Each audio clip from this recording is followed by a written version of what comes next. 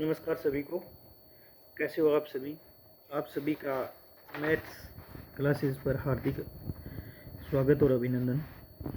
अपने आज कक्षा 10th के जो MCQ मेन जो MCQ बनेंगे वो करने जा रहे हैं। क्या करेंगे? MCQ। कौन सी क्लास के? 10th क्लास के। ठीक है, तो स्टार्ट करते हैं। पहला जो चैप्टर है उस चैप्टर का नाम है वास्तविक संख्या। कौन सी संख्या? वास्तविक संख्या। तो इस चैप्टर में जो सबसे इम्पोर्टेंट क्वेश्चन बनता है वो पहला क्वेश्चन ये बनता है कि हमें ये पूछेगा, जैसे ऑप्शनल क्वेश्चन में पूछेगा कि प्रीमेय संख्या कौन सी है, निम्न में से अप्रीमेय संख्या कौन सी है, ये बताना होगा। क्या बताना होगा? प्रीमेय संख्या। फिर क्या बताना होगा? अप्रीमेय संख्या। ये दोनों अपने को बतानी होगी। किस प्रकार से हम ये बता सकते हैं कि कौन सी प्रीमेय संख्या है, कौन सी अप्रीमेय संख्या। तो अप्रीमेय संख्या के लिए मैं बता दूं, अप्रीमेय संख्या, पहली अप्रीमेय संख्या जैसे √2, √3, √5, √6, ये इस प्रकार की जो संख्या है ना, वो सारी अप्रीमेय संख्याएं हैं। कौन सी संख्या है? अप्रीमेय संख्या। प्रीमेय संख्या क्या होती है? ऐसी संख्या जिनको अपने P/Q के रूप में लिख सकते हैं। किसके? P/Q के रूप में। और Q का मान क्या नहीं होना चाहिए? 0 नहीं होना चाहिए। इसका मतलब ये है कि संख्याओं को बट्टे के रूप में लिख सकते हैं। किसके रूप में? बट्टे के रूप में। जैसे ये लिख दिया मैंने 3/5, 2/5, 3, कुछ भी लिख दिया, 6/2, इस प्रकार से संख्याएं लिखती, वो सारी कौन सी संख्या होगी? प्रीमेय संख्या होगी। अब अप्रीमेय संख्याओं में एक और तरीके से पूछा जाता है कि इसमें अप्रीमेय संख्या कौन सी होती है। अप्रीमेय संख्या की एक विशेषता होती है कि जैसे कोई भी संख्या लिख दी 3.14, उसके बाद देखो मैंने लिखा 21, फिर लिख दिया 22, फिर लिख दिया 26, फिर लिख दिया 41, और इस प्रकार से निशान दे दिया। यानी कि पॉइंट के बाद में जो नंबर आ रहे हैं ना, उनका कोई निश्चित पैटर्न नहीं है। अगर कोई भी निश्चित पैटर्न होता तो वो प्रीमेय संख्या हो जाती।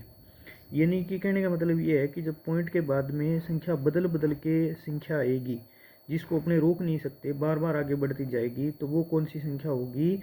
वो अप्रीमेय संख्या होगी। कौन सी संख्या होगी? अप्रीमेय संख्या। अब बात करते हैं प्रीमेय संख्या।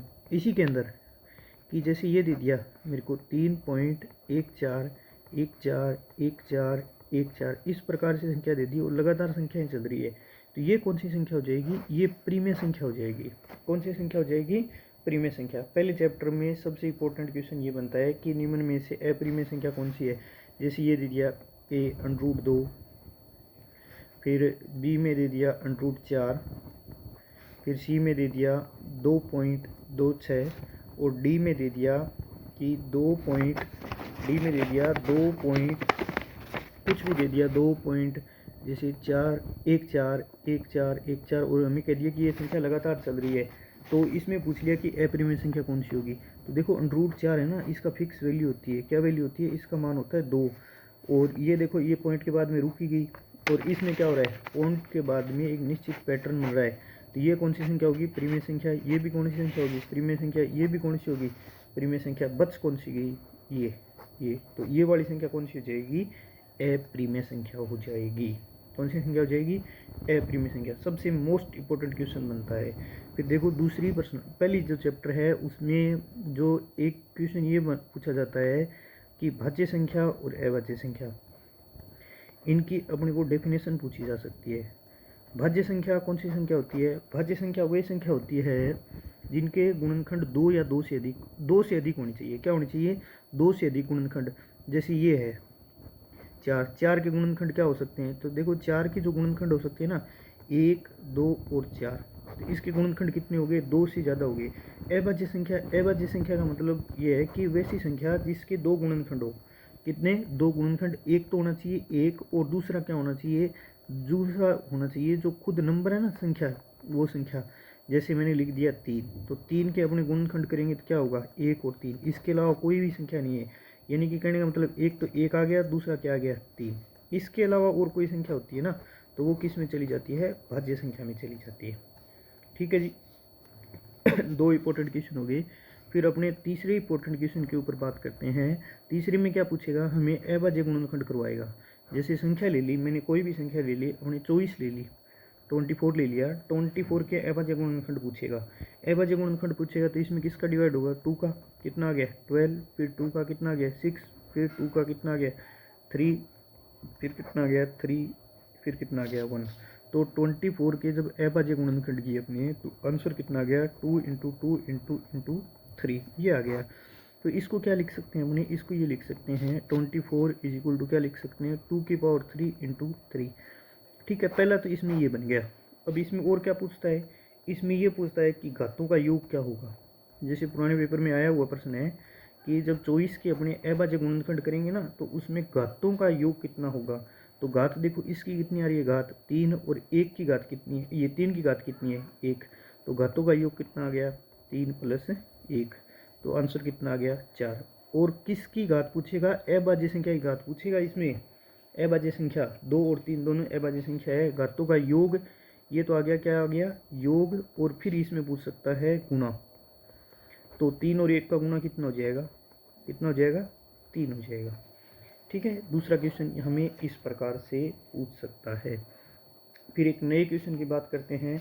नए क्वेश्चन में जैसे दो संख्याएं दे दी अपने वो 24 और 36, इसका हमें एलसीएम क्या पूछ सकता है, एलसीएम। दूसरा क्या पूछ सकता है, एचसीएफ। एलसीएम और एचसीएफ पूछ सकता है। तो किस प्रकार से बताएंगे, देखो 24 के अभाज्य गुणनखंड अपने थोड़ी देर पहले किए थे। 24 में 2 का डिवाइड किया 12 आ गया, 12 में फिर 2 का किया 6 आ गया, 6 में फिर 3, फिर कितना आ गया 1 आ गया। और 36 का करेंगे ना तब अपने 36 में 2 का डिवाइड किया 18 आ गया, फिर 2 का डिवाइड किया कितना आ गया 9, फिर 2 का डिवाइड किया 3, फिर 3 का डिवाइड किया कितना आ गया 1, सॉरी 9 में 3 का होगा 3, ये आ जाएगा। ठीक है, तो इस प्रकार से अपने ये जब फैक्टर किए किस के 24 के फैक्टर अपने को क्या प्राप्त हुए 2 इंटू 2 इंटू 2 इंटू 3, और 36 की क्या प्राप्त हुए अपने को 2 इंटू 2 3 इंटू 3। अब इसमें अपने को दो चीज़ें पूछता है, दो चीज़ें क्या पूछता है, एक तो एलसीएम पूछता है, क्या पूछता है एलसीएम, और दूसरा क्या पूछता है एचसीएफ और क्या पूछेगा एलसीएम। एचसीएफ किसका पूछ रहा है हमें 24 और 36 का, और एलसीएम भी किसका पूछ रहा है 24 और 36 का। तो देखो किस प्रकार से बताएंगे, पहले एचसीएफ की बात करते हैं। एचसीएफ की फुल फॉर्म होगी हाईएस्ट कॉमन फैक्टर, ठीक है, और एलसीएम की फुल फॉर्म हो गई लीस्ट कॉमन मल्टीपल। क्या हो गई, लीस्ट कॉमन मल्टीपल। ठीक है, highest common factor, least common multiple. अब देखो एचसीएफ कैसे निकालते हैं। एचसीएफ का निकालने का तरीका ये रहता है कि इन जो फैक्टर की है ना इसमें सेम संख्या होगी, वो अपना एचसीएफ होगी। कैसे, जैसे ये जो 2 है ना ये दोनों के अंदर है तो कितना आ गया 2, फिर ये 2 ये भी दोनों के अंदर है, कितना आ गया 2, फिर देखो ये 2 इधर 3 ये सेम नहीं है, फिर ये वाली सेम है, ये वाली सेम है तो कितना आ जाएगा 3। तो इनका जो एचसीएफ है वो कितना आ गया, वो आ गया 2 इंटू 2 इंटू 3, मल्टीप्लाई करेंगे 2 इंटू 2 4, 4 इंटू 3 कितना आ गया 12। अब यदि एलसीएम निकालना है ना अपने को, एलसीएम निकालेंगे तो ये जो संख्याएँ आई है ये तो सेम आ जाएगी 2 इंटू 2 इंटू 3, और बाकी जो इसके अंदर बच गई वो संख्या और आ जाएगी। बाकी क्या बच गई, इधर से 2 बच गया और इधर से क्या बच गया 3, तो ये आ जाएगा 2 इंटू 3। मल्टीप्लाई कर दो इनका मल्टीप्लाई अपने किया है पहले, 12 है, 12 का 2 के साथ करेंगे 24, 24 का 3 के साथ करेंगे, ये आ गया 72। तो इनका एलसीएम कितना आ जाएगा 72। एचसीएफ तो कितना आ गया, एचसीएफ तो आ गया 12, और एलसीएम कितना आ गया 72। अब इसी क्वेश्चन में आगे ये पूछा जाता है क्या कि नया क्वेश्चन ये बनता है कि दो संख्याएं हैं अपने पास, दो संख्याएं अपने थोड़ी देर पहले ली थी। एक संख्या तो कौन सी थी 24 24, और दूसरी संख्या क्या थी 36।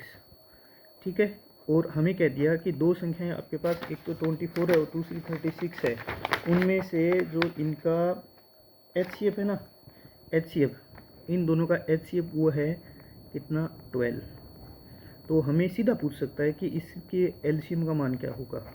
तो एलसीएम का मान बताने का तरीका क्या होता है, इसमें एक फॉर्मूला लगता है कि पहली संख्या first number into second number equal क्या होगा, इक्वल होगा एलसीएम इंटू एचसीएफ।